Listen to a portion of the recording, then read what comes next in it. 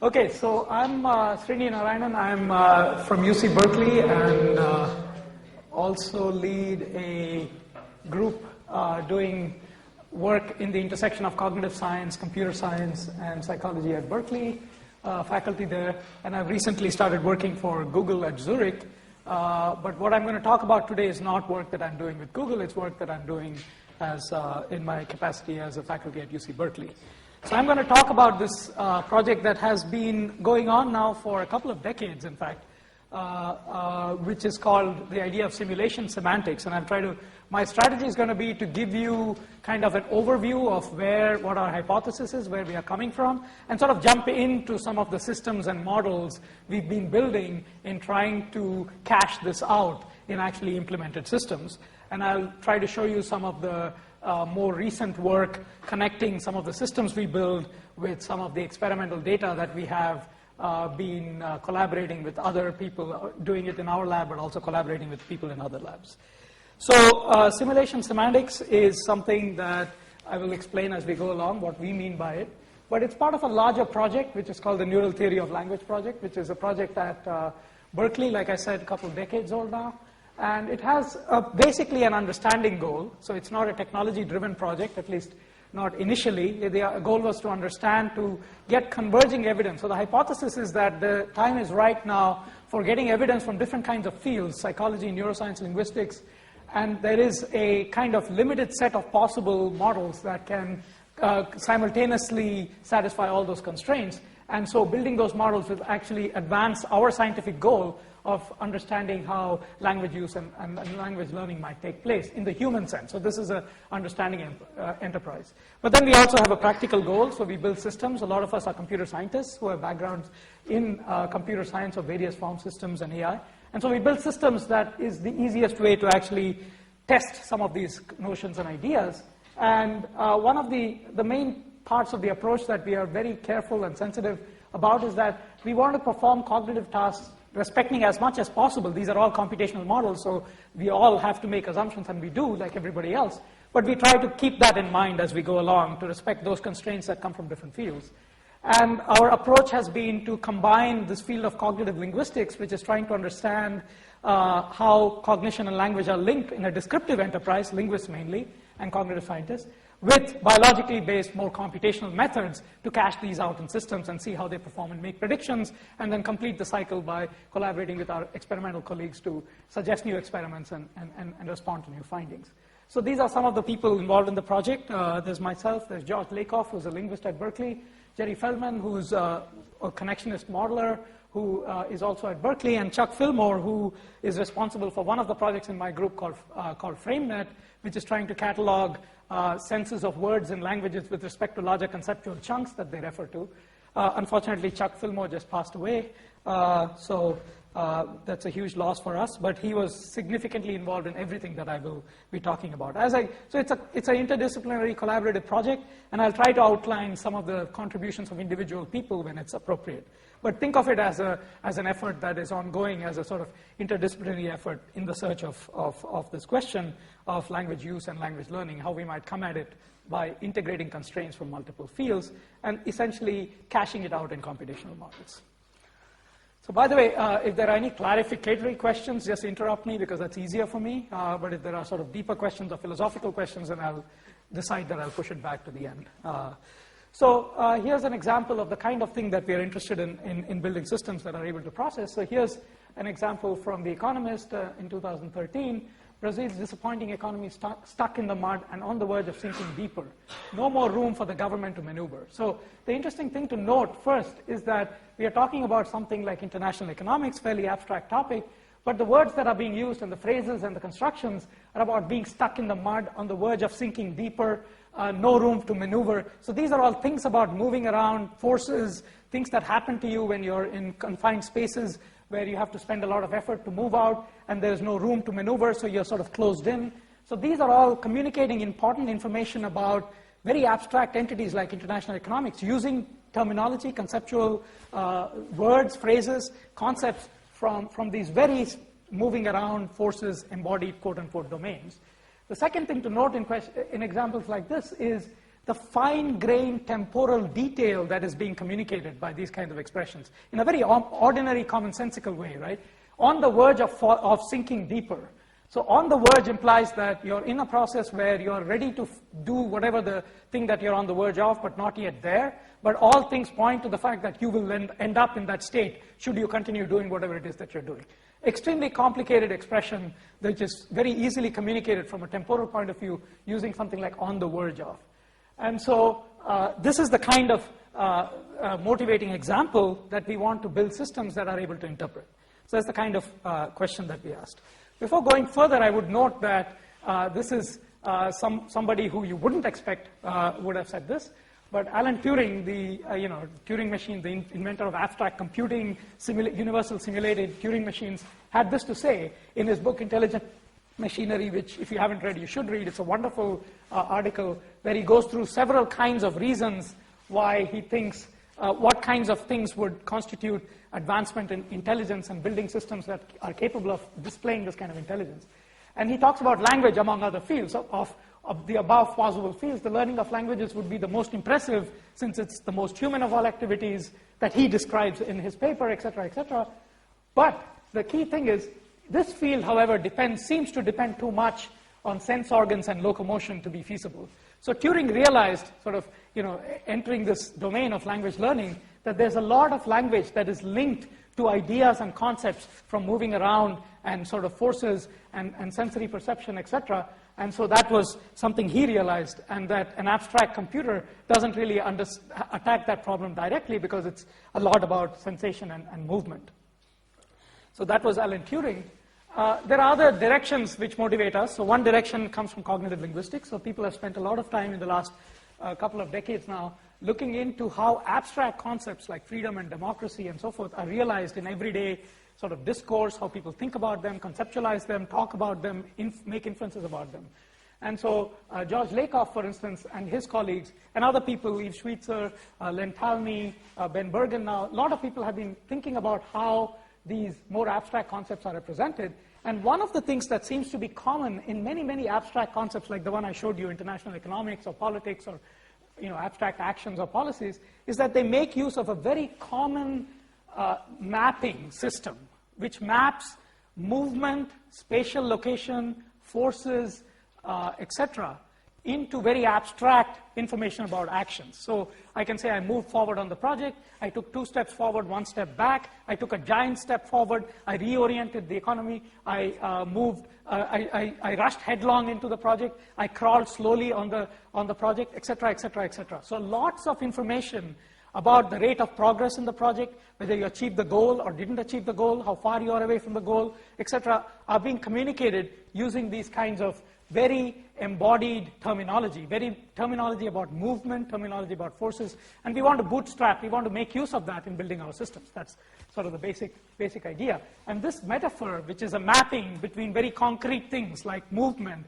and very abstract things like abstract action and economic policies, such that reaching a destination is like reaching a goal, or having a goal satisfied, or moving forward is like making progress, or moving backward is like undoing progress, or taking a step is like making a next unit of a plan active or executable, or executing the next unit of a plan, etc., is called the event structure metaphor. What is really interesting about this metaphor, among other systems, is that it seems to be cross-linguistic, and this is a very controversial thing in language.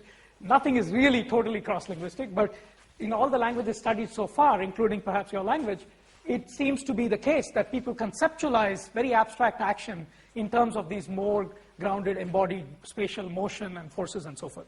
So our idea was, how do we use this? I mean, what is the utility of this in a system that tries to interpret utterances of the form that I showed you? So that's another kind of motivation, and there's a lot of work on this, and I obviously am very cryptic in describing all of the multiple people and descriptive work that has gone on in this field.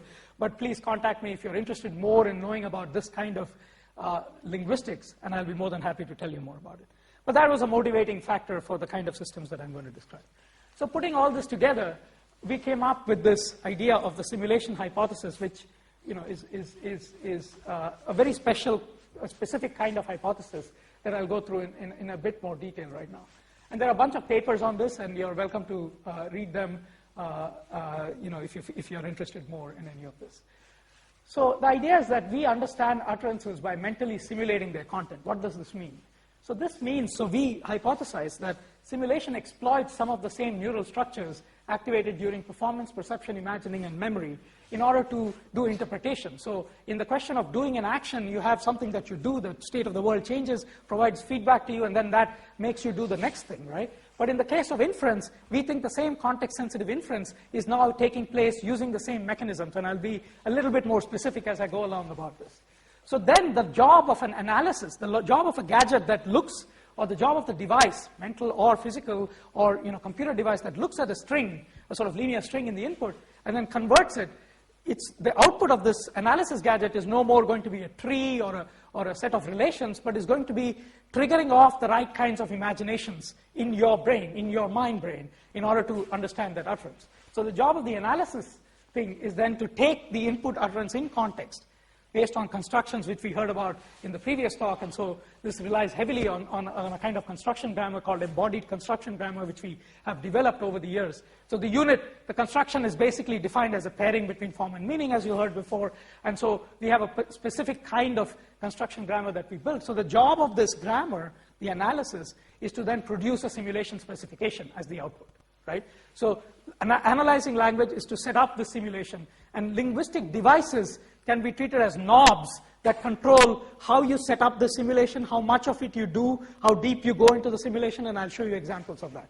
So language is now, in the context of the simulation, setting knobs and devices to control how you actually, as the hearer, how you actually perform the simulation. And so there's understanding now in this kind of story is trying to find the best fitting simulation to the input. So you have a sort of standard ambiguity problem. It's ambiguity at the simulation level. Multiple possible simulations could fit the input, and you have a probabilistic process that has to select among the possibilities, and then you have a fixed point computation like a maximum a posteriori or something, which results in the thing you select and then running the simulation.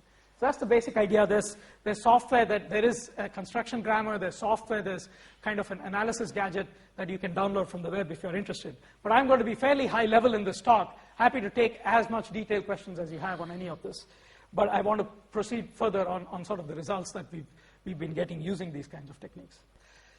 So that's the basic hypothesis. So language analysis sets up a simulation, uses similar structures to perception and motor control and emotional social cognition to run imaginations, and that's how you get inference. So the two phases, language analysis, setting up simulation, and simulation, always in the context of your goals to produce inferences. So here's the first realization a few years back. So this is a 10 years old work, but this is what I did a few years ago. So the question was, how do we interpret sort of fragments of discourse? So these are not, extremely complicated sentence structures, or syntax is not the key point in this project. But here's a bunch of examples of the kind that I wanted to interpret and build a system that was capable of interpreting. So the first one says, U.S. economy on the verge of falling back into recession after moving forward. By the way, these are not hand-selected examples that I somehow created just so that my system can pass them. You can go read any newspaper any day, and you'll find tons of examples, if not similar, at least sort of maybe even similar, but very close to the terms that are being used here. So U.S. economy on the verge of falling back after moving forward on an anemic recovery. The Indian government is stumbling in implementing its liberalization plan. So all the stuff in green, if you notice, are things about moving and what happens to you when you get an interruption to your motion that you have to adjust somehow, and what happens when you apply force, like we are going to be ongoing and relentless as we tighten the net of justice. So this is actually from Ronald Reagan's 1980 speech when he took office as the president. And you can see all the stuff in green is about what we call spatial motion and forces, and it's being used to communicate important information. One kind of information that it's being used to communicate is this idea of very fine-grained temporal details. On the verge of falling back is even more complex than the one I told you before. On the verge of falling back, I was in some state, right? I'm not in that state anymore, but I'm ready to fall back into that state now, right? It's on the verge of falling back. Falling back says I was there initially. So the idea that I'm trying to communicate here is that language is very fine-grained and very sort of context-sensitive scenarios are being communicated using these kinds of expressions. The word stumbling is a good example. It's communicating something like, if the ongoing policy continues in the way it has been going, it's more likely after you hear the sentence that you would conclude that this policy will fail. The word stumble says you'll fall, and if you fall, it's like failing. So it's a very compact encoding of lots of information that comes from these kinds of very embodied concepts and terms. And that's the point that I want to leave you with. So it's not epiphenomenal, it's real information being communicated using this kind of terminology and this kind of conceptual grounding. And we wanted to bootstrap this. So I'm going to show you a fairly scary figure, but I'll try to walk through it a little bit so that you don't get completely lost by the figure. I'm not going to go into detail, so I just want to give you the big picture for the time being. So I built a system a few years ago now, and it's reported in many papers, so you're more than welcome to look at it and give me ask questions now or later about it. So what it took was input of the form that I showed you, right? Simple discourse fragments from newspaper stories. And we had an analysis gadget based on this construction grammar that took this input, analyzed it, and produced a simulation. So the word like stumble is analyzed, and then it creates a simulation of an actual movement where the movement encounters some difficulty, and then you have to do something in order to respond to that difficulty. So there's a kind of physical simulation. So if you think about the word stumble, it's impossible to encode it in a lexicon unless you already have the context of walking. So it's an interruption to an ongoing walk that creates a certain kind of state from which you have to recover because you will fall if you don't. And that is already present in the lexical encoding of the word stumble. So that corresponds to an embodied physical simulation. I'll go into a little bit more detail about what that means. And then some of the products of this simulation, yes? The way you do simulation, are we supposed to think that this takes place in time? Yes, yes. Yes. It's not just sequentially. I will show you. It takes place in fairly complicated coordination structures, and I will come to that in a moment. It's not just sequence, right? It's a fact that stumbling while you're taking the foot, you may, if you don't stabilize yourself at the same time, fall and therefore result in being horizontal as opposed to vertical, which is a good thing, being vertical. So that part, while you are, repeat while, and the fact that it's a continuous variation is all part of the simulation. So you have to do that in order to understand language. So you're imagining using your motor system at a certain level, and we'll come to that in a moment, all the stuff that's going on in order to make those inferences. No axiomatic system can have that kind of fine-grained granularity in making those temporal inferences. So it's crucial that you're doing this in a temporal way, because it's an interruption, and if you don't have an event-driven architecture, interruption is impossible to capture. Right? So that's part of the story. So what's going on here is that the products of the word stumbling comes in, that results in a simulation where you have some kind of context in which you're about to trip and fall, and then that results in a greater likelihood. I'm giving you a qualitative story. It's a more quantitative story. Greater likelihood of falling, and falling is projected. There's a metaphor which we learn as very young kids, that falling is like failing. So kids spend a lot of time trying to walk and then not being able to, and falling at some location is like failing in whatever activity that you're doing, and it comes conflated in the input. Often the initial inputs are about physical movement, but pretty soon they get very abstract, and falling and failing get correlated in a systematic way. So you have this metaphor system that develops. So that gets projected, the fact that there's an enhanced likelihood of failing gets projected into a database which has simple international economics, so economies that have economic states of recession, or they have certain policies like free trade or liberalization. So there's a database of economics which gets this information from these more embodied projections like stumble, and then there's a fixed point computation. In this case, it's a temporally extended Bayes-net, so it does inference. So it takes all the background knowledge you have, so US economy, so it takes the background knowledge of US economy, stumbling, so it takes whatever comes from the word stumbling, that it results in a greater likelihood of fall. These are all evidence to a to a temporally extended Bayes-net. It's a graphical model that does unrolling of time, and then you do inference on that model. And if you want a fixed point, like you want to come up with the best explanation, you do a map estimation, and that's the explanation of the story. So you combine evidence that comes from the metaphor, that comes from the direct background knowledge, etc., to create an interpretation, the best possible interpretation of that story. So this is what the analysis cum simulation does. Select the best simulation for the input, do an analysis of the context in which the input is presented to come up with the best explanation for what you've seen so far. So this cycle repeats. So the indices T basically say it's a dynamic Bayes-net. So as you move forward in time, this keeps repeating. So you can have the system go on doing its inference based on always in the context of the input that it has seen so far, in a Markovian way. So that's kind of the system, and it's a bit cryptic, but there's a demo and there's also software if you want to download it. But here's the kind of punchline. Here's what comes out of doing something like this. So we found there are many, many, many uses of these kinds of embodied concepts to describe very abstract things. And so some of the kinds of things that these concepts are very good at describing are things like uncertainty. So things that are quite uncertain about the domain. So uncertain events, dynamic changes in goals. So you can have things like sluggish economy, be off track, get back on track, fall off the track, have no steam, so you have no resources to continue. So lots of these kind of qualitative, judgmental, uncertainty information is being communicated by these kinds of domain of motion and forces. Most importantly, something that natural language people haven't really got into in a deep way is the idea that language is not only about propositional content, it's about everything else, right? So it's about all the stuff about speaker intent and evaluation and discourse bindings, all of that stuff. And metaphors are fundamentally useful in doing that. So if you take the two sentences that are kind of a minimal pair of sentences, the US government removed stranglehold on business, is sentence 1. The US government reduced taxes on business, number 2. They both might mean the same thing in that the action that the US government performed would be to reduce taxes in both cases. But the first one surely communicates a heck of a lot more than the second one, partly also saying that if the US government didn't do what it did, it would lead to the eventual demise of business, which is what stranglehold does. So there's a quick way of encoding very detailed, evaluative, and communicative intent type of information that comes from this. And also complex scenarios like stumble, I gave you an example of. It says if the policy continues the way it is, it's more likely to fail as a result of this sentence being processed than before. So that's what I'm communicating to you when I use the word. And that's very easily and compactly encoded. And then you get a lot of these event structure-like inferences on the verge of, falling back into taking a step forward, is ongoing and relentless. All of these kinds of phases and structures of events being communicated in this way.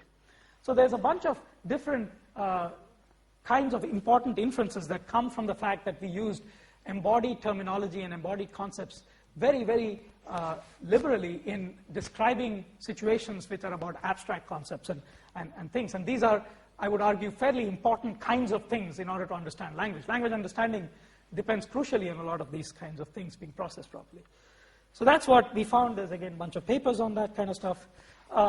What we've been doing since is, relating it to other work, and this is something you guys know well about. I just wanted to put this one figure up to show you that it's, this is the Bochum 2001, 2002 paper, where, they had in the top row, you mimicked an action, and you were observing mimicking of actions, and you got, the sort of congruent activation along dorsal to ventral regions on the premotor cortex. But if you had an object, not just mimicking, but you had an object that was being used, like you were grabbing a cup in the video, or you were chewing gum, and there was an object like gum, the affordance of the object created a parietal cortex, similar kind of activation pattern, which was really important because now actions are really about relational representations and parameterized over the sorts of things that you apply these actions to, not just as a mimic of a certain sequence of things to be done. And so we've been following up on some of this, and the punchline here is that a lot of the experiments we've been doing recently suggest very strongly that language has the same effect as observation. In other words, listening to sentences about these kinds of different effectors seems to engage at a lower level than observation does the same regions of the brain, along with lots of other. So the problem is that all of the previous studies are about one region in the brain. So what we are doing now is to look at whole brain analysis and do MBPA and try to understand, build classifiers and try to understand how the overall structure of the action is related to the activation in the brain. But we do find that in sentence processing, you get the same kind of picture, that you get activation on those regions and other regions in the brain corresponding to the kinds of actions that are being processed mentioned in the sentence. And our latest results, which is Zadeh et al. 2013, suggest that actions which use metaphoric language also create this kind of activation. In other words, metaphors seem to somehow tap into, in ways we don't completely understand, the same structures in a fairly direct way, and we think it's to perform inference, and we still have to show that in more clear terms. Yeah?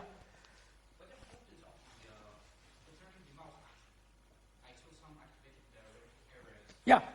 What's the importance of that in understanding the abstract? Yeah, so the idea is that somehow you map these apps, like I showed you with economics, you map these very abstract concepts and actions to create, these. So if you take an abstract concept like democracy, so my colleague George Lakoff has analyze something like freedom and democracy. So freedom has to do with being confined in a space and not being able to move and having forces impinging on you. So in other words, our idea of freedom is intricately connected to our freedom of movement in a way that is almost impossible to extricate.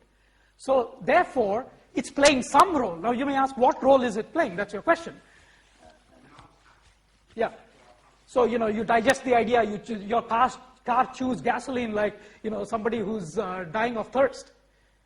So there's a kind of chewing action that has certain consequences. Digestion, eat versus eat up. So if I eat a sandwich, I'm actually eating a part of the sandwich. If I eat up the sandwich, I ate the whole sandwich. It's a particle construction. So I can eat up. The economy may eat up the fuel reserves, or the economy may eat into the fuel reserves. So these distinctions come from the fact that there are different stages of eating, and they have different consequences. And they are projected into this abstract domain. That's the weird thing and this kind of almost counterintuitive thing about all this, right? That they are projecting some invariant inferences about these very physical things into very abstract things. And therefore, mouth is important because digestion is very different from manipulation, right? The inferences are different. The thing that you digest ideas and they go into you and they become part of you and they're systemic. You manipulate an object, you can release it or grab it. Those are important differences that show up in language. Okay. Not to spend too much time on this, but this is, what we've been also finding is that emotional stuff that come from metaphoric language engage, in this case, this is Lisa Zade's work at USC along with Damasio and his group, and we find, so we are collaborating on this project now, and we find sort of the engagement of the output systems of disgust and fear being separated in the kind of anterior insula and sort of different kinds of dissociation studies that people have found seem to also be congruent to the kind of engagement of these systems given language that we think evokes disgust versus evokes fear. So, but that's very early work. I mean, it seems to be productive to think in this way. And what I'm interested in is to use these ideas to actually build systems, and that's what I'll come to now. Okay, so one of the things that we realized is that a lot of the action structures come, and this is preaching to the choir here, I suppose, come from a kind of structures that we have in sensory motor control. And so kinds of things that we noticed are very complex coordination structures. So sequences is just one kind of coordination. If you look at the horse, you have 3 behaviors that involve completely different coordination structures. Ambling involves, I guess, the front or back up at the same time.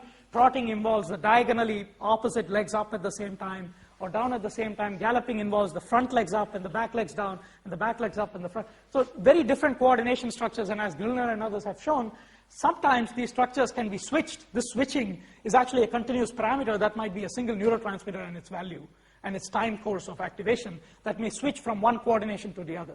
So these behaviors are highly coordinated. They are parameterized in that you can switch from one to the other.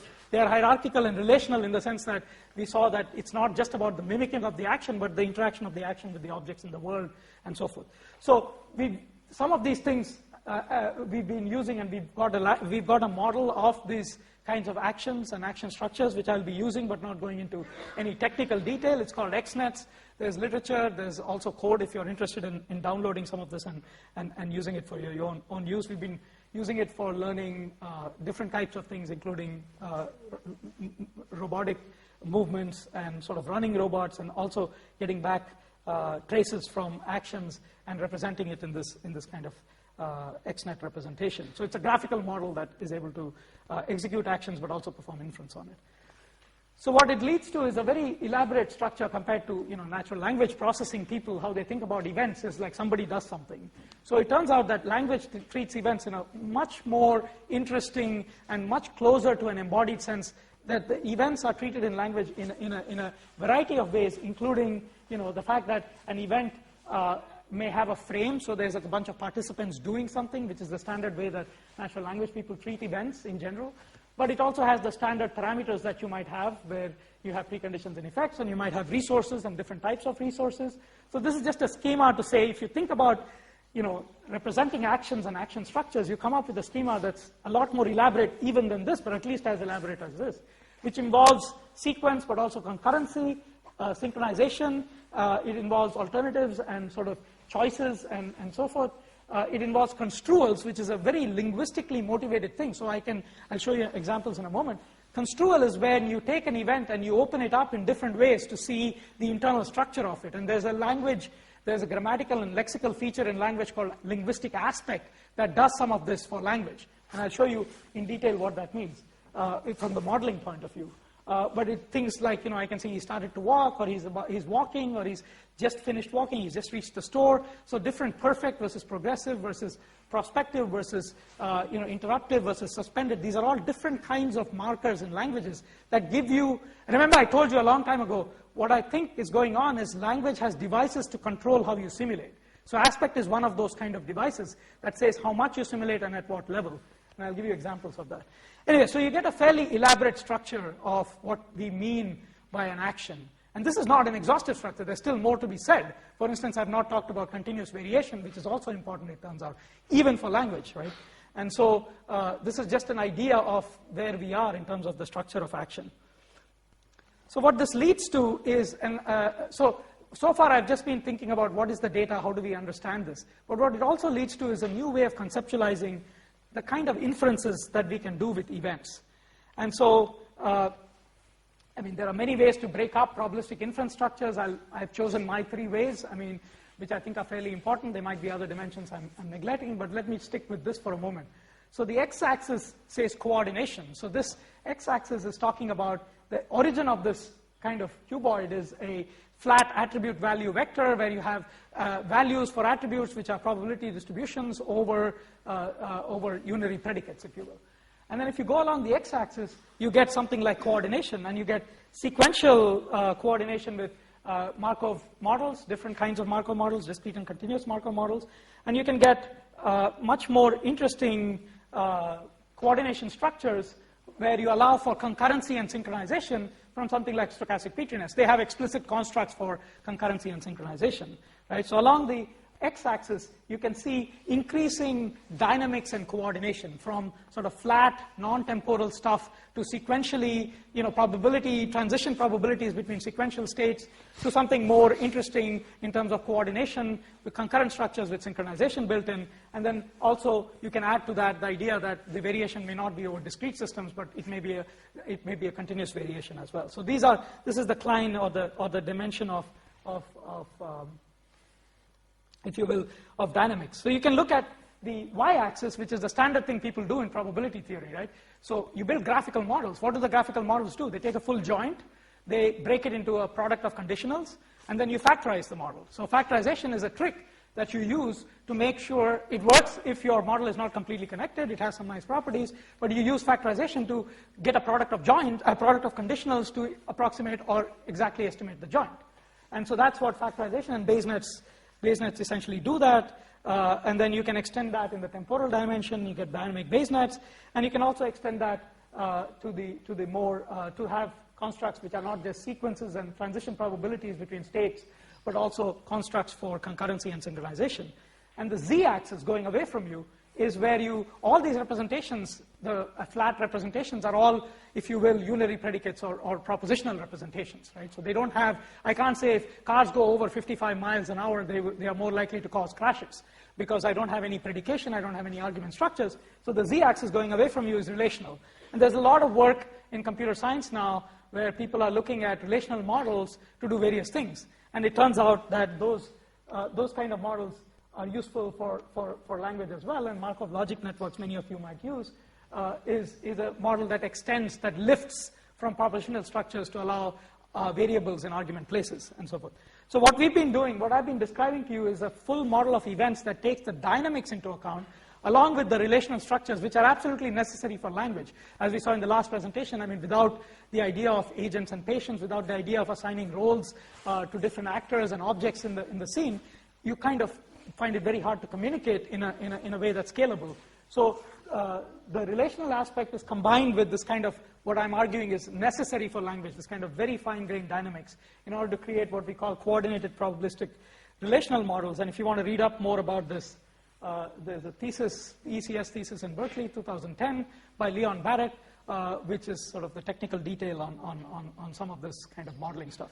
So let's step back a minute. I started off by saying I want to model this kind of phenomena in language, and I came up with the idea that in order to get there, I need to have a very fine-grained model of simulation, which has these properties, which has semantics, procedural semantics, but it's graphical.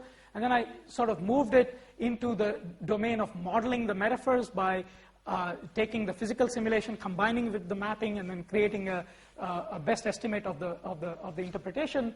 And then that led me to this new kind of architecture, which is sort of saying, for computer science, this is a way of thinking about inference in language that may have some interesting properties. So, and this can do all the standard stuff that, so we have a model of this again. As I said, Leon Barrett's thesis goes in detail about this.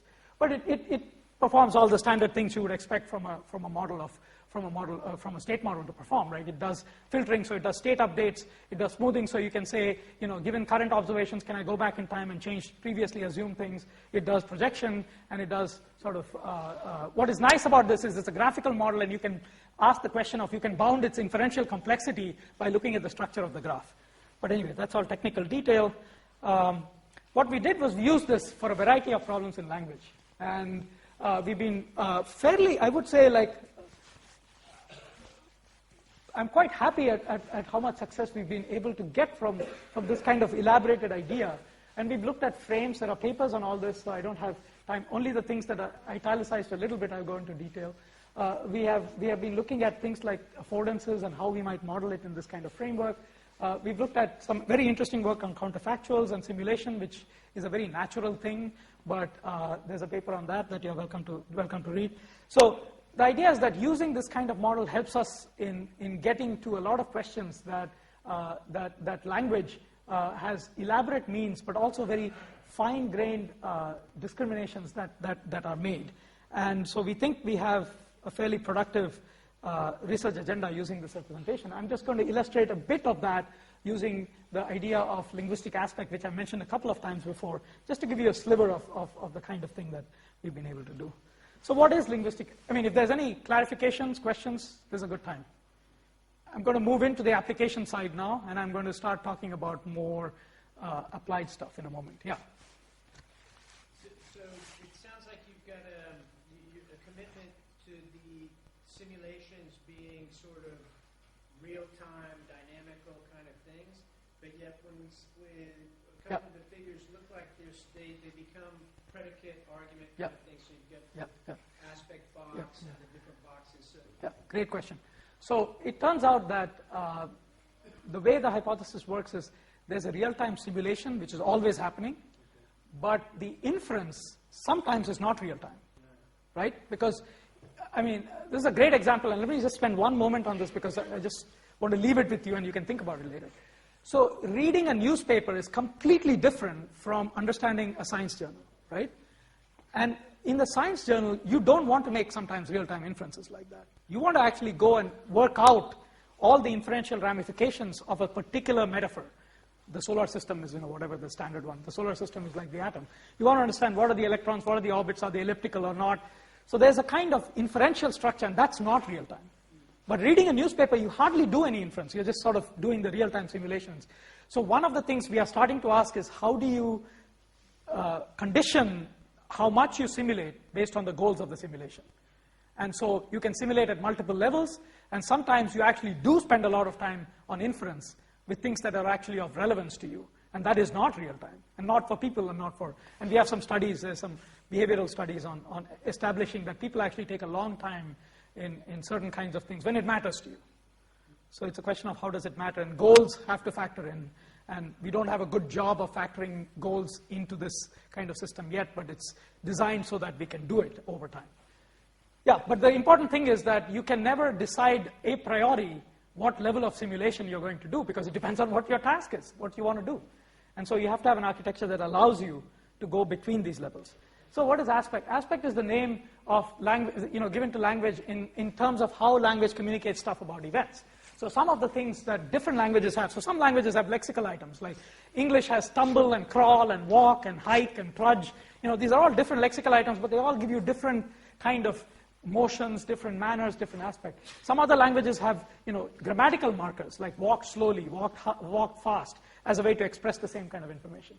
So viewpoints is an often thing that languages have to express events. Either treat an event as an atomic, as a before and after, or open it up. So English doesn't have this, but lots of languages have perfective, where I say walk, and it's just a before and after. It's before you walk to the store, before you were at the store, you were at the store. Walking to the store says, okay, you're taking steps, you're doing something, you open up, you zoom in or zoom out. So that's a very common kind of thing that language has. Phases of events, starting to walk, about to walk, has walked, walking. These are all different stages of the same predication, walk. But these are different parts of the event that are being profiled or being asked, the hearer is asked to pay attention to different parts. And then this interacts with the inherent temporal character. So rubbing has an iterative sense because rub is iterative, whereas falling doesn't have an iterative sense because fall is one way. So this interacts with the actual temporal characteristics of the event, the predicate in question, and then it composes with lots of other things like tense and aspects. So it's a fairly important and hard problem in language that people have thought about for a very long time in terms of trying to understand what are the underlying regularities that allows for these kinds of information to be approximately or adequately modeled. So without going into great detail, you can think of events and the kind of rough schema that I showed you as translating to an actual executing a network. You can think of it as a network where you have a sort of canonical trajectory. So circles and hexagons in this case circles are like, if you think, conditions that allow active elements like these hexagons to do stuff. So you have a preparatory thing that you do for any action. You do it when the action is ready to go. When you do the preparatory thing, the action is ready to go. So this is the central part. Then you start doing it. Then you're in the middle of the action, and you might, you're walking, so you're stepping, taking one leg and the other, and you're stepping. And then there's a termination condition, so that transitions you to a different state where you're finished with the action, or you may be interrupted, or you may iterate. So this is like a very general template that might apply to any sort of action that you're trying to control. And for a person who works with robotics, I mean, this is a pretty obvious kind of thing, that if you have multiple things doing different behaviors, you want to know, is this guy starting, is this guy finishing, is this guy ongoing, is this guy interrupted? It's just a way of coordinating multiple kinds of actions. But it turns out that if you have this structure as an available structure for language to tap into, you get some interesting results. So, here's the aspect for a single predicate. So this is all the stuff you can say about a single predicate, right? And this is not even exhaustive. So John is walking to the store, about to walk, has walked, started walking, is starting to walk, has started to walk. So you can open up some of these transitions and then look inside and say, is starting to walk, as opposed to is walking. And they are different kinds of things. So these are all different, for the same predicate, different kinds of things that language can say. So one of the things, and this is not just about walking, by the way. You can have this in much more abstract domains. It's the same. So one of the themes through my talk is going to be that these things are invariant across domains. So this kind of aspectual stuff, whether you're starting something or ongoing or finishing or interrupting, it doesn't matter if you're talking about a physical action or you're talking about something very abstract. Similarly, there are other kinds of things which have the same property. Some spatial things, like containment has this property. So you can say I'm in the room, which means it's a container. I went through the room, outside, inside, outside. Or I went through a bad time, outside, inside, outside. The economy went through recession, outside, inside, outside. So there's kind of a topological invariance that comes from. So a lot of these things have the property that they are invariant of which domain they're applied. So here are some questions that might come from some government person who wants to know what the US policy is with respect to arms sales from Russia to Syria, and he may be concerned about have they taken steps, or are they ready to take steps, and that might be really important. So these things apply to any domain, not just walking. So here's rewriting that complicated thing that I showed you before into a much simpler structure. And the basic claim is that simulation in language is basically controlling how much you simulate. So if I say somebody is about to X, I say simulate whatever X is until the point where they are ready to do it. If I say somebody is Xing, starting to X, simulate it until that point. If they are Xing, simulate it until that point. So it's a kind of knob that has access to this kind of general template of actions and says, this is how you start, this is how much you go, and this is the level at which you simulate. And so that's sort of the basic idea. So you can open this up, and you can say, is starting to or ready to start, which says, open up the start, and you have a graph similar, so it's an embedding kind of thing. And you can say, is ready to start, is starting. If it's a complicated procedure like opening a nuclear plant, the starting is ready to start, the starting procedure of the opening of the plant. And you can do this to 2 or 3 levels at most, basically. So you can sort of see how this might capture some of these interesting things. So here's an example from Winston Churchill. So this is about the Second World War. What does this mean? Now this is all he said, right? Now this is not the end, not all he said in his life, but this is all he said about in this one sentence. No, this is not the end. It is perhaps not even the beginning of the end, but it is perhaps the end of the beginning. So what does he mean? Well, he says it's not this. It's not the end of the beginning. It's the sort of, it's not the beginning of the end, but it's the end of the beginning. So it's a sort of way of capturing in more fine-grained detail what the sort of semantic content in these kinds of utterances are. Any questions? Is that clear what's going on? So the simulation is controlling this kind of how much you actually run of this event in your imagination. And language, grammar, and lexical items are ways of specifying this. And you and me as communicators, me as a speaker who's trying to communicate something to you, and you as a hearer, share this kind of common knobs so that I can say is walking, and that you know as a hearer that don't go further than that. He hasn't reached the destination yet. This is the kind of stuff that's going on. So this is a direct link from linguistic, grammatical stuff to action structures and how you simulate these action structures in interpretation and inference. Blah, blah, blah. So this is the end of the beginning of the end. So this, not that. It was the other one. So anyway, so this is the kind of stuff that it turns out we looked at many languages, and these papers go through comparisons between the different languages are quite different in this case, as you would expect. And it turns out this is fairly robust to some of the variations. The final word is not yet. But it seems, it's a very commonsensical way, and it seems to get you somewhere. So what have we been saying? We've been saying that there's kind of this very inferentially rich, conceptual, domain-independent stuff about moving around and containers and sources and paths and goals and stuff, aspect and processes. Across all domains, they seem to have an invariant projection, or they have inferential invariance across all the domains. But then, of course, that's not the whole story, obviously. Language is infinitely rich. I mean, cultures have, you pay mortgages in different ways in different countries, and you need to have ways of doing that. So there's culturally specific knowledge that builds on these more conceptual primitives. And if you don't get the conceptual ones right, the culturally specific ones are not going to be grounded in any way that we hypothesize. In the end, they will be unscalable. So we have some projects that try to build these more domain-specific or conceptually specific kinds of knowledge structures on top of these more embodied and these kinds of things that I've been showing you, these kind of recurrent patterns across perception and moving and so forth. And these are called, one of them is called FrameNet, which is a project that unfortunately Chuck Fillmore is no more, as I mentioned in the beginning, but it was initiated by Chuck Fillmore. It's based on something called frame semantics, which identifies the following kind of idea conceptually, is that every word, so words acquire meaning by referring to larger conceptual chunks, which are called frames. So a word acquires its meaning or has a meaning by evoking a frame. So a word like buy evokes a frame like commercial transaction. So that's one thing a word does. The second thing a word does is it predicates into that evoked chunk. So it says there are bindings between the argument structure for the lexical item. So the buyer is the same, is co-identified with the guy who has the money in the commercial transaction. The seller is co-identified with the guy who has the goods in the commercial transaction. And then the buy action is a transfer, a bidirectional transfer taking place of money going from the buyer to the seller.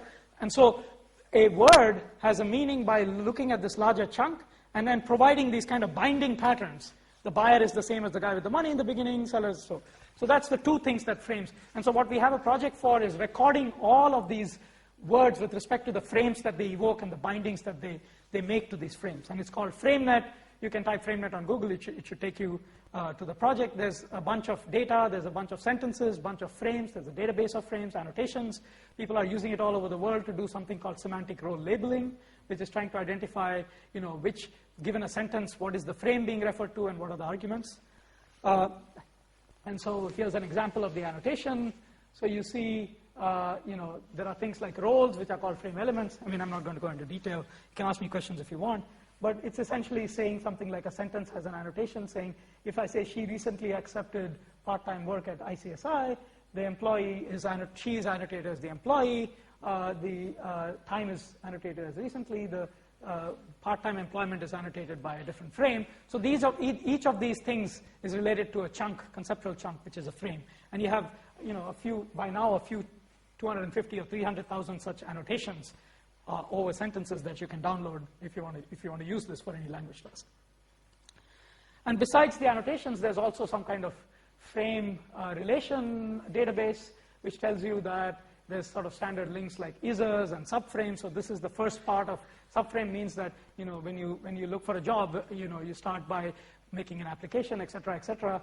And so there's a kind of structure to these frames, and there are a bunch of relations, including hierarchical relations, but also compositional relations defined on them. And this is also available free, open source at the website, and you're more than welcome to go look at it. People are trying to add to this stuff all the time. So people are trying to use machine learning techniques to add to the set of frames in different ways. Okay, so I'm going to for the I guess the last part. How much time do I have? I'm kind of lost track of time, so. So strictly, you would have maybe another 10, 15 minutes. Okay, I'll wrap it up in at most 20 minutes. How about that? Okay, and if I don't, you can sort of make rude noises and do so. So that's FrameNet, and I'm not going to describe it any further. There's a lot of stuff on the web, and you can ask me if you have other questions. So this is about a more recent project that's more connected to my talk here.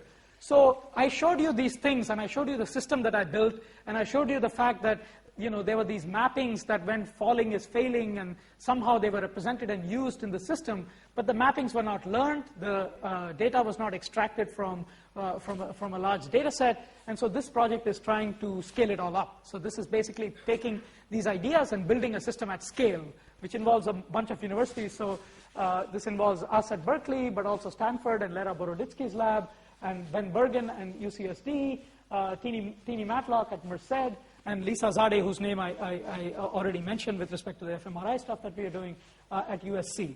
So it's a bunch of people come together, and we have a very large, fairly largest project. It's now 2 years old, trying to do this in 4 languages. And why did we choose these languages? Don't ask. So what we want to understand is the role that metaphor plays in terms of cultures. Like, how do these things differ between cultures, and can we record this in a systematic way that we can understand what is universal about these mappings and what is culturally specific about these mappings? In order to answer that question, we think the armchair approach has not proved to be as fertile as it should. I think the data approach is the only way to go, and so we are collecting lots of data on this. So that's kind of the game, and we've been building systems that I'll go through I can talk more in technical detail, but we've been building systems that go out to very large corpora, get trained on very large corpora to identify these metaphors, and then go out and bring back by crawling lots of data, tons of these metaphors, to then be inspected by humans or to undergo other kinds of processing.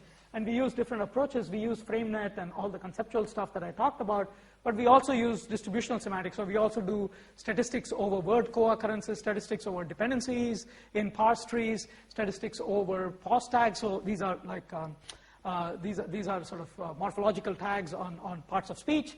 So we do lots of other stuff that gets us some of this information. And we have a bunch of things that we've been building, and we are evaluating how good we are in detecting linguistic metaphors in text. Like, can we say with gold standard annotation, what is our precision and recall in detecting all the mentions of a specific metaphor in a piece of text that is given as input?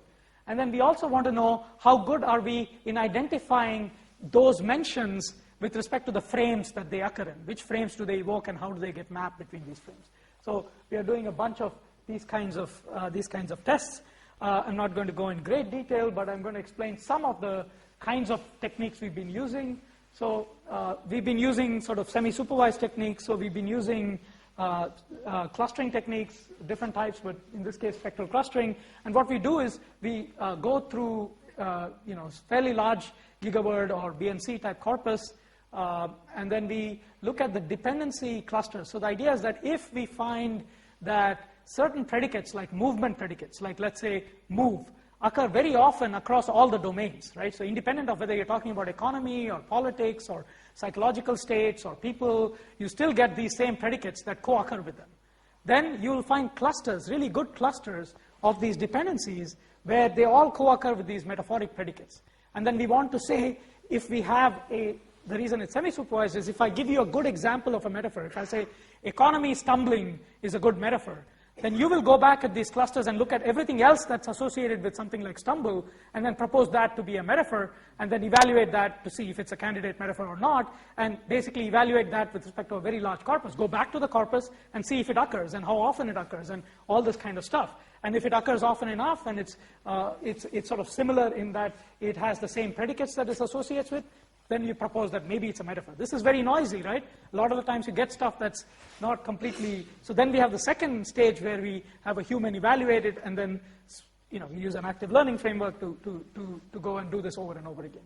So the technique is go and search through large amounts of corpora and get back, using all the information we can, every piece of engineering data that you can give us, to get back these metaphors, and then use them to see if we can systematically build out these mapping databases that we had some toy examples in my earlier system. Can we do this at scale and in different languages? So that's what we've been doing. So this is an example of that. So here you find that verbs that occur like work and mend and repair. So this is the work of Katerina Shutova, is a postdoc with me. Work and mend and repair and function and oil. All these things occur with marriages and affairs. So you can mend your marriage, you can repair your marriage, you can the marriage functions well, and democracies function. So if they occur common with all these things, then if I give you a seed saying marriage is related to a verb like mend, then you can propose that other things like democracy also may have the same metaphor mapping, and then you can bootstrap that. That's the basic idea. So these are some of the examples like we got. Face deficit was a seed, and then from that we got things like tackling poverty. So this doesn't mean they are the same metaphor. It just means that they are also likely candidates that we should inspect as possible metaphoric candidates. And there's some fancy stuff we did with machine learning to do more interesting stuff. Our results are fairly good for these languages. This is take this with a grain of salt. This is the government evaluation, and they want us to look good. We are not doing as well, so it's like roughly we are getting 70% accuracy, roughly.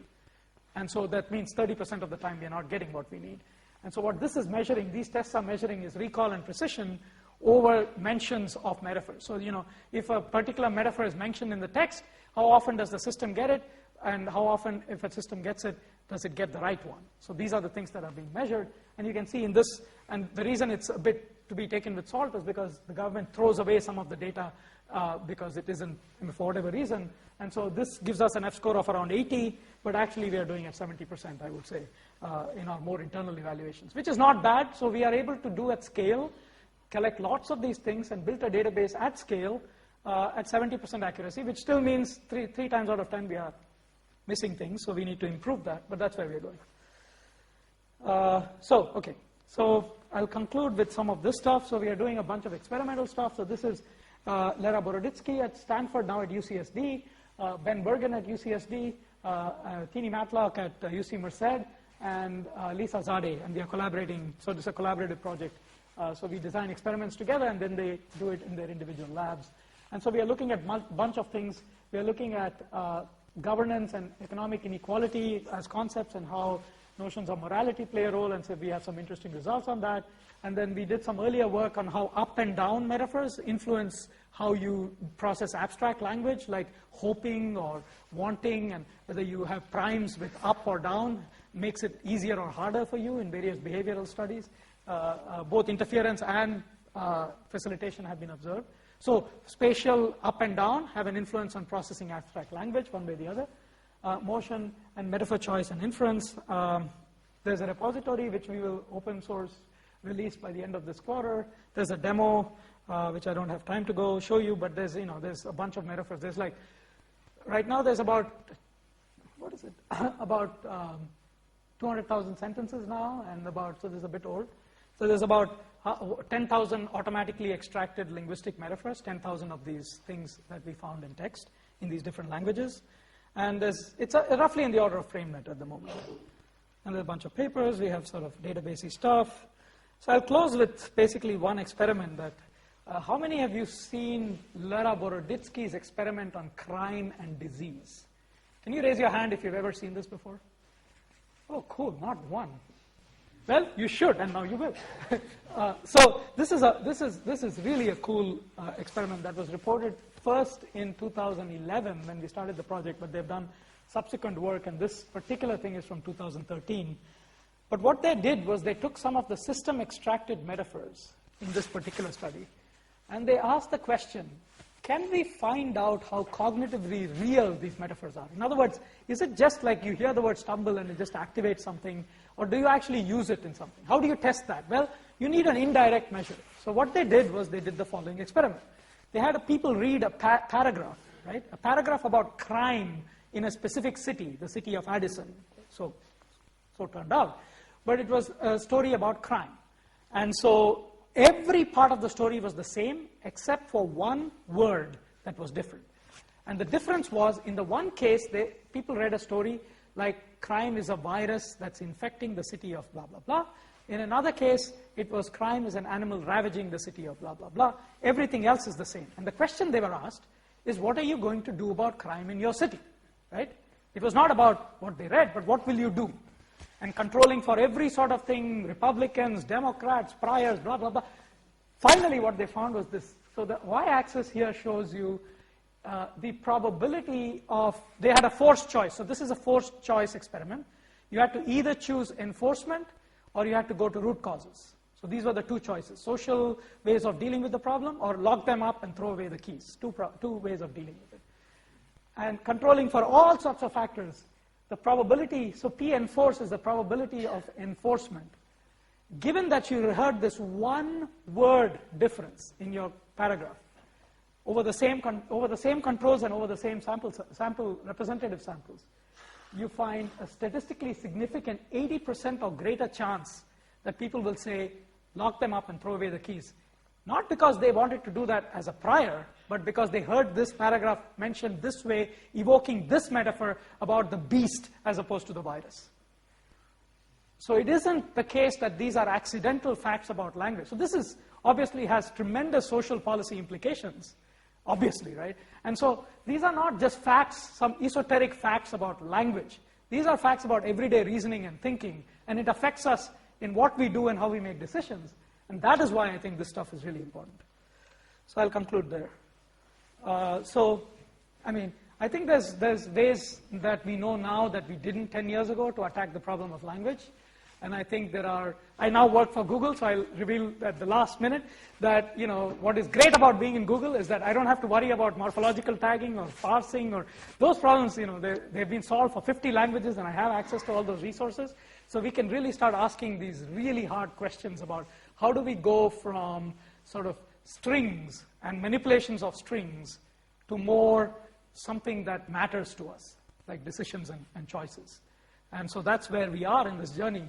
And so there's a bunch of ongoing work. There's a neural computation paper where I link this more strongly to spiking networks and STDP and all the standard jargon there. But it's actually quite interesting that metaphors can be viewed as something that originates from a very basic kind of computation that might be going on in these kind of networks. So that's an interesting paper. And there are other things that we are working on. But I'll conclude there by saying that this is a great time to be thinking about embodiment and language. And there's data and there are processing resources. And I hope some of you will start doing this seriously. Thank you.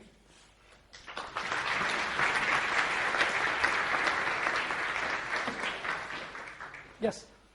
Thanks for that fascinating talk. Yep. It seems like there are a couple notions of simulation Yep. that might be in play. And Yep. one is a kind of detached simulation, where a neural network, say, or a base net or something, Yep. simulates a system that has nothing in common with it, just predicts what's going to happen next. Correct. Next, finds it. There's another kind of simulation where the kind that we go, when we understand the Yep. approach, we go through simulacra of the same. Yeah, let's call it cognitive.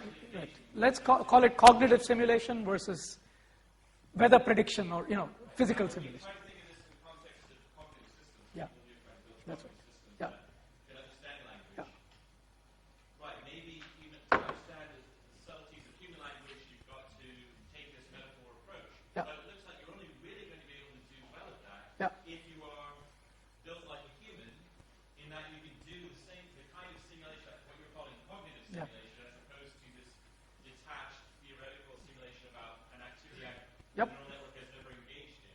Yep. So I think maybe you're caught between, Yep. if it's so important for us to use metaphors, I'm sure George Lakoff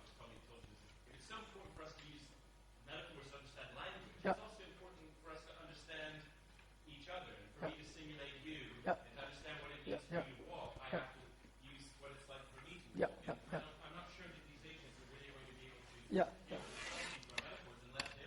Right.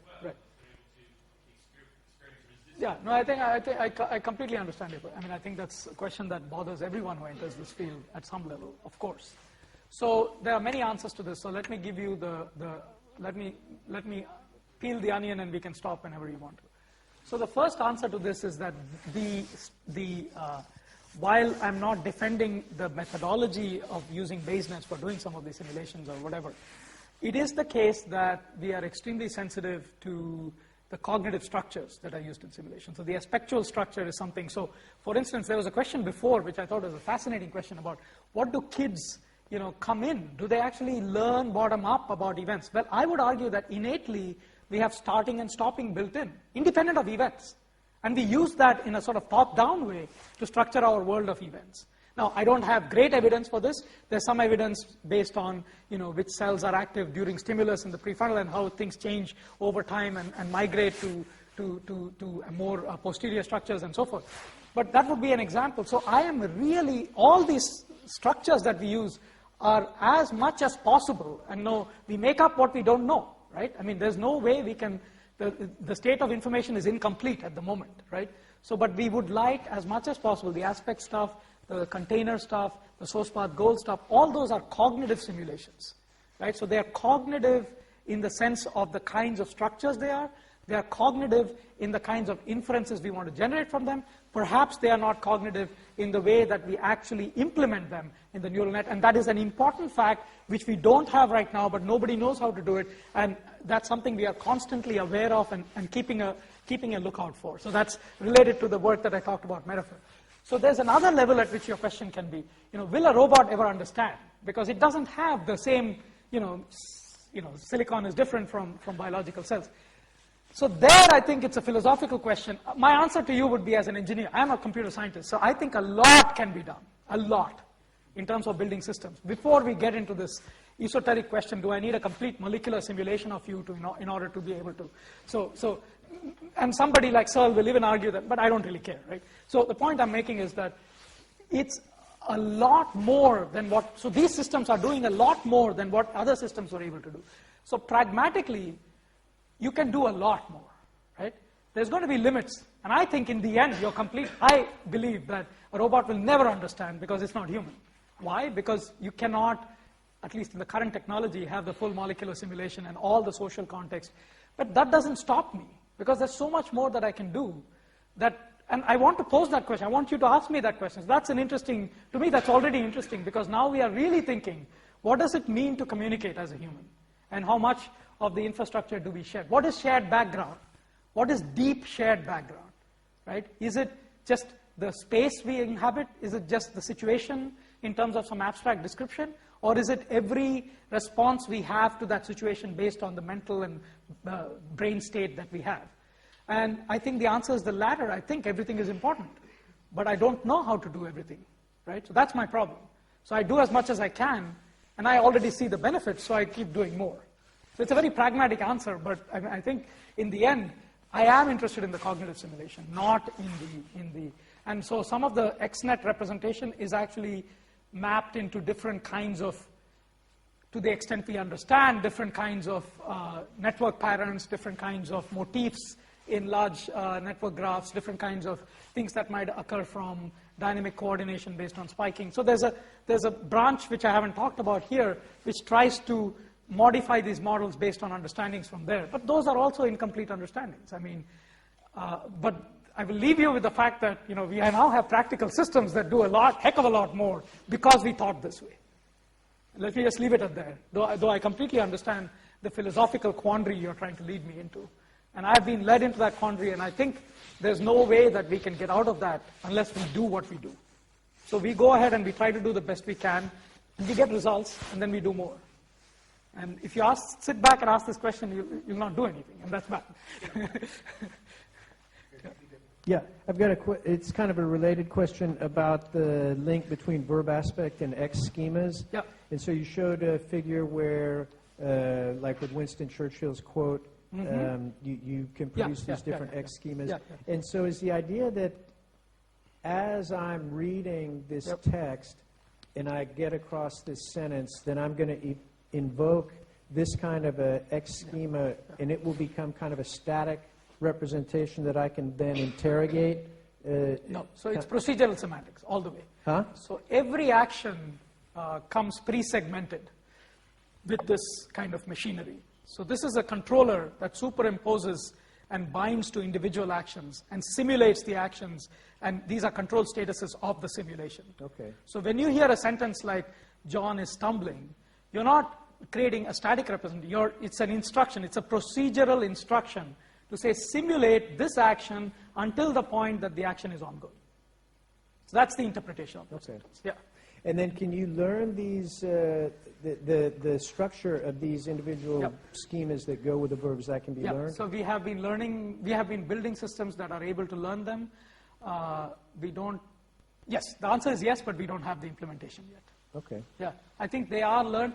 So, but I think I would sort of be very careful about saying that, you know, I think we come in with a lot of wiring and inductive bias already in place. Like I was mentioning, starting and stopping evolutionarily very early, we certainly come in as very neonatal, maybe even prenatal, with some idea of, you know, things that onset and offset of things.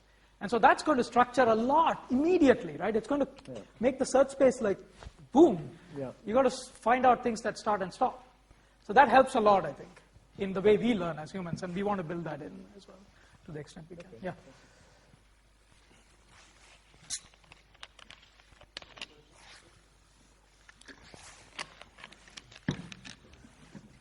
A question that could be technical or not, I don't know. So when I understand the simulation concept, which you refer to multiple times, but at this level of probabilistic inference, I imagine that for that to be simulation, like you have to maybe sample it or you have it make a decision. And so how do you do that? I don't. Yeah, so it's not, it's inference. That's what I was answering somebody else who said, how do you do non-real-time stuff? Yeah. So right now, we use variational methods, you know, what every other engineer is doing with statistical inference over these networks. So you step outside the simulation. But there's a deep question about how do we do, I mean, so I would argue the following two facts. One is, we do these kind of best-fitting, structural best fits computations, and we do fixed point computations, so we don't carry around all the possible interpretations in our head. I mean, there's just lots of data that's there. So we are doing something like these kinds of map estimates or some fixed point computation, and there's a deep question of how to do it. So you mentioned Monte Carlo techniques. So people are sort of doing particle filtering or Monte Carlo sampling to try and estimate a process that would be somewhat more local, somewhat more neural, but they're not neural, right? They're just sort of, in some way, they are constraining it a bit more than the traditional guys do. But I think nobody really knows how the brain does something like this, right? But I don't think we know how to propagate, how to do normalization, or if we even do normalization. So the trick always, I can do all of this in as whatever network you give me, but for normalization, right? Normalization is the place where I have to touch everything and everything becomes global. We don't know how to do that. Some psychologists think that you use strong heuristics and you could probably, so we had a thesis, Carter Wendelken did a thesis in 2008 on doing precisely that. Heuristics to do belief updates and belief propagation in such, he used a network, a relational network called Shruti, which was built by a person, Lokendra Shastri, which used time. It was a relational network that used a certain idea of time to do synchronization. That's how bindings were done. And he built such a system. But I'm not claiming that I know the answer to this question. I would like to do it that way, but I don't know how to do it that way. And I need normalization because I have to decide how to get the best fit. And I do Gibbs sampling, and I can do, you know, it's a technical answer because it was a technical question. I do Gibbs, I do Markov blanket, so I do the deseparation over a smaller structure than the entire network. But I still don't know how the brain does it. If anybody here does, please let me know. I'll be more than happy to learn about it. It's just, I don't know, right? Could I ask a second question? Yeah. So unrelated. I was fascinated, in fact, when I read some of this earlier, this structure that you have, what you call X something, right? XNet, XNet. Yeah. That matches very much what we have sort of discovered Yep. in robotic Yep. behavioral organization, Yep. where you need to Yep. have processes that organize Yep. the sequence of events. And I think your answer to Ron was that that's where, in a sense, the embodiment is. Even, sorry, I didn't follow. Where your actual embodiment is. What I'm getting after is the whole metaphor picture, of course, does fit this theme of embodiment because Yeah. you're using essentially lower level representations, action, spaces and action and so on to And map motions and forces. into more abstract things. Yeah. But you don't seem to really worry so much about whether you could actually really control physically in time an actual Yeah. plant that would actually take So that's time. how it, that's a good question. That's how it all started. So the reason I started thinking about XNets from the applied point of view was because we were building this verb learning system that had to drive, in those cases, and this is like 15 years ago, it was the pen robot that Jack, for those of you who are familiar with this. And we wanted to have a way of writing code to drive the robot to do stuff in its very limited environment. Blocks on a single surface, like pushing, pulling, this kind of. And it turned out they had something in Penn, Norm Badler's group had something, which was just code. And so you can't, there's no way, there's no declarative representation, we can't. So the idea of building this was to take what they had in code and build a graphical model so that we could use, in place of just code, we could use this model to drive Jack the robot. So that's how it all started. So there has been some work on that, but I think we are now in a state where it's robust enough we can continue that work. Actually use these. So this would be, so it's not, so one thing to note, which I think should be obvious, but if it isn't, I'll just mention it so that it's clear, is that there is no isomorphism between language and action. Language and action are mediated quite amazingly by these kind of aspectual control networks or these kind of different things that sit in the middle between language and action. It isn't that language directly has a mapping to action. There's a whole structure that comes, and partly innate, partly linguistic, about starting and stopping and all this kind of stuff that sits in the middle. And I think you will never get scalable language if you don't pay serious attention to what language is and what that middle level has to be. So a lot of our focus in the last few years has been to flesh out that middle level. Now we want to go back and see how that middle level can help the lower level in instruction-based planning or all the kinds of stuff that was being described. But I think the middle level is really important, and I think the isomorphism assumption is often made by roboticists who think about language. Right? They think it's a mapping that's almost direct between motor control or action and linguistic structure, and it just isn't. It just isn't. Thank you very much for this very interesting talk. Yep. I have a question that historically goes back at least to Harnad's symbol grounding problem, okay. because you talk of language understanding, and most of your talk has focused on utterances that can be interpreted by referring to simulations of events. Now, I just took a look, just out of curiosity, on the front page of the New York Times and reading the first paragraphs or the first sentences of articles. At least 40% of them have nothing to do with any body element or anything that could 40%, be, so 60% do. How do you deal with linking the interpretation of those sentences that cannot be mapped onto any bodily? So the first point is that there's lots of things that do not depend, the purely associational things. So if I tell you, you can do sorting in order n log n, just to make up something, you don't need the bodily grounding of having piled things and done binary search on them or whatever. But you can understand that and you can repeat that to somebody. So there's purely associational learning. What is more interesting than that, which is accounted in my model by the BaseNet, that's what I said, background knowledge. US is a free trading economy, whatever. That's not a metaphoric thing. That's just a direct BaseNet. It's a parameterization. It's a direct BaseNet kind of thing. It's knowledge, and it's like any other knowledge. It happens to be, in this case, a particular kind of knowledge, propositional knowledge about the attribute. But there are other kinds of knowledge like relational knowledge, like sorting is n log n, which also has. But the more interesting thing is often we have propositionalized even the metaphoric stuff. So if I say stocks fall, it's highly unlikely you do a deep simulation of falling. Why? Because it's so routine. Our brain is extremely good at caching, right? Why do I want to spend more resources than I need to, especially if I'm reading a newspaper article? So there are reifications of these metaphoric inferences that also are just like any other piece of knowledge. That's the second thing to say. So it isn't the case that every time you encounter a metaphor, you will do simulation the way I'm showing you, you do simulation. Often, you never get to that point. You just say, I don't care about it. Stocks are falling, and I know that means bad things, and that's all I care about. So I reified that as a cached associational link. Now, how that process works is an interesting question, and we can talk about it. But the first thing to note is that a lot of knowledge, even when it's about the body, is not necessarily evoking the same level of simulation, right? But I can always access it. So if I said to you, stocks fell, you say, that's just some garbage, that just means bad thing. But if I say, and this happened you'll see examples like this after I tell you. Stocks, the Japanese yen fell painfully on the back of the US dollar. Now, what the hell? How do I get that? So it's always the fact that you have access to it, right? It's not that you cut off access to your embodied stuff. It's that you cache a lot of stuff. You don't need it.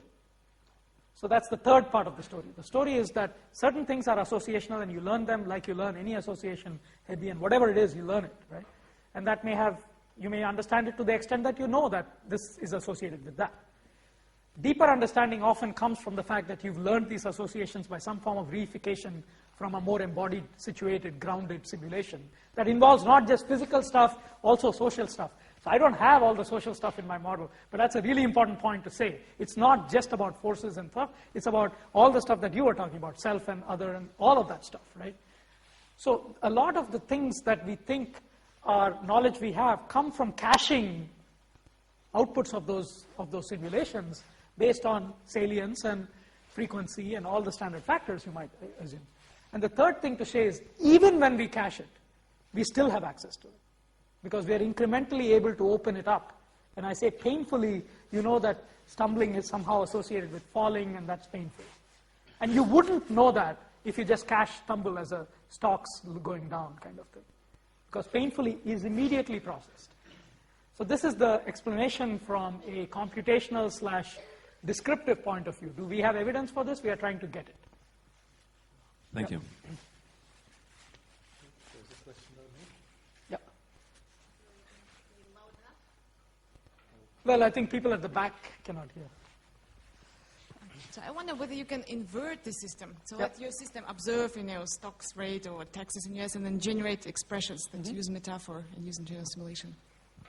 And whether there'll be any use in this system that uses metaphor versus system that doesn't. Yeah, very interesting question. So the answer is we are trying. And I cannot say any more, given where I'm working. So yes, so conversational agents probably use, to be conversational, is probably a good idea to use the right metaphors. Okay, thanks. Yeah, I'm sorry. They will kill me if I say anything. Yeah, just something attracted my attention in go ahead. In the conclusion or in the ongoing work. Event senses. What do you mean by that? Sorry, I didn't get your question. Sensing an event. There's an easier way to do this, but excuse me. I hate Windows 8, by the way. Did I say that? Okay, sorry. So, the last point, event synthesis. What do you mean exactly? Event synthesis, yeah, that's related to the question somebody had. Yeah. How can you learn these things? Can I synthesize? So, the specific project that's reported in the paper here is where you have a bunch, like recipes, right? You have a bunch of instructions, and you have some world knowledge about recipes. Can, using the instructions and some world knowledge, which I will leave unspecified at the moment, can you build a recipe? Can you build, if I tell you how to make ice cream, or if I tell you how to make, pudding, or whatever it is, can you synthesize the action? So it's an action synthesis problem, right?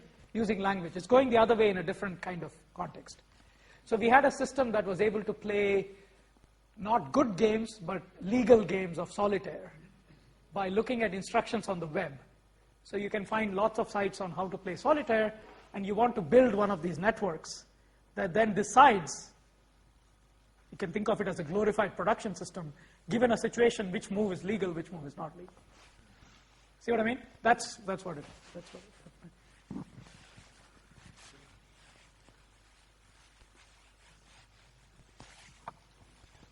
Yeah, thank you very much. Yeah.